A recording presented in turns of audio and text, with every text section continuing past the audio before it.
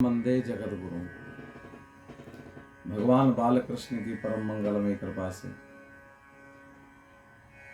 आप सभी वैष्णव भक्त स्वस्थ होंगे, प्रसन्न होंगे।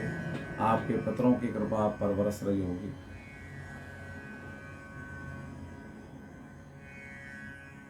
नंदलाला सेवा समिति ट्रस्ट, बालकृष्ण गौशाला, नंदलाला सेवा सदन और श्री नंदलाला ज्योतिष संस्थान के द्वारा आपको बहुत बहुत मंगल कामनाएं। पितृपक्ष का पावन अवसर चल रहा है और आज तृतीया का श्राद्ध है।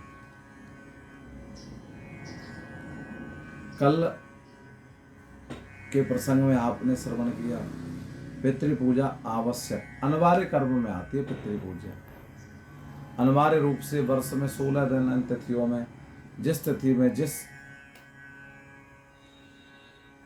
हमारे पूर्वज का शरीर शांत हुआ, उसी तिथि को उसके निमित्त श्राद्ध तर्पण करने का विधान है।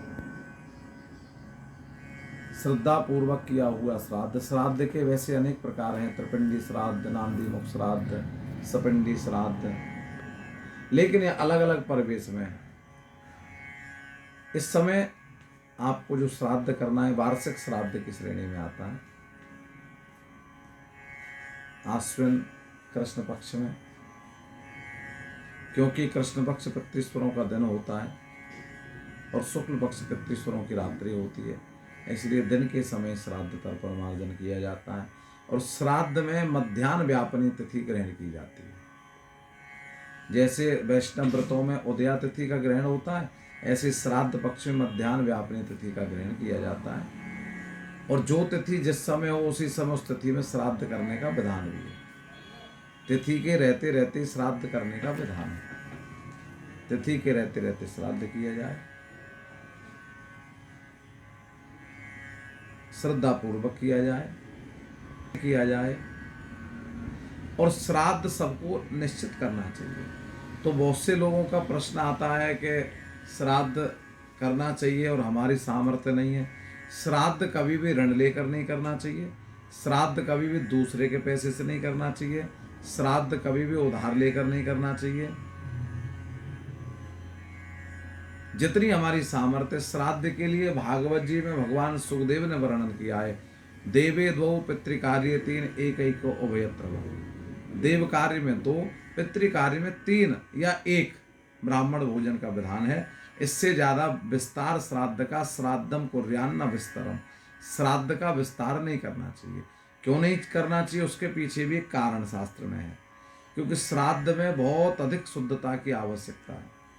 श्राद्ध में शुद्ध ब्राह्मण को भोजन कराना है, शुद्ध आचरण वाले को भोजन कराना है, जिसका आचरण पवित्र हो। पहले तो ऐसे ब्राह्मणों को ढूंढना, फिर उसके बाद श्राद्ध की सामग्री में कोई विक्षेप ना हो। श्राद्ध के लिए नियम बताया है, घर में कोई नौकर रसोई ना बनाए, स्वयं माताएं, घर की माताएं रसोई बना करके अपने श्राद्ध का भोजन कराएं।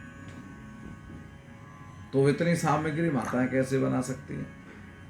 दूसरी बात, श्राद्ध में किसी भी प्रकार से अशुद्ध हाथ किसी के ना लगे। अगर हम नौकरों से काम कराएंगे तो वो शुद्धि अशुद्धि का ध्यान नहीं रख पाएंगे, इसीलिए श्राद्ध का विस्तार नहीं करना चाहिए। एक एक ब्राह्मण को भोजन कराओ, श्राद्ध में श्रेष्ठ है। आपको ज्यादा कराने तो 3 ब्राह्मण को भोजन कराने तक का विधान है। 3 ब्राह्मण भोजन के अलावा अधिक विस्तार श्राद्ध का नहीं करना चाहिए। श्राद्ध का ये नियम है। श्राद्ध में पक्वान्न का ही भोजन कराना चाहिए। कच्ची रसोई का भोजन श्राद्ध में निषेध माना जाता है। पक्वान्न का भोजन ही श्राद्ध में श्रेयस्कर होता है। अच्छे से अच्छा भोजन, सुंदर से सुंदर भोजन, सुंदर से सुंदर वस्त्र, अच्छे से अच्छी दक्षिणा दे करके श्राद्ध में अपने पितरों को प्रणाम करना चाहिए। निश्चित ही उस दक्षिणा को, उस भोजन को हमारे पितृश्वर स्वीकार करते हैं और ग्रहण करते हैं, इसमें कोई संशय नहीं। वो कल भी आपको बताया कैसे करते हैं ग्रहण, कि हमारे पितरों के पास ये सामग्री पहुंचती है और पितर लोक में सर्वश्रेष्ठ अर्यमा नाम के पितृस्वर हैं, जिन्होंने पृथु महाराज के भय से जब गौ माता पृथ्वी बनी थी तब ये कव्य को प्राप्त किया था। हव्य माने हवन देवताओं के लिए और कव्य माने श्राद्ध पितरों के लिए किया जाता है। इसलिए श्राद्ध को अवश्य ही करना चाहिए और श्राद्ध करने से घर में श्री की अभिवृद्धि होती है, धन धान्य की अभिवृद्धि होती है और हमारे पितरों की शक्ति बढ़ती है, तो वो अपनी शक्ति से हमको भी आशीर्वाद प्राप्त कराते हैं। इसी के साथ कल फिर पुनः आपको श्राद्ध की चर्चा करके आनंद की प्राप्ति कराएंगे। अन्य अन्य ग्रंथों से, अन्य अन्य शास्त्रों से, महाभारत, विष्णु पुराण, मत्स्य पुराण आदि आदि ग्रंथों में जो हैं उनके द्वारा आपको श्रवण। राधे राधे, जय जय श्री।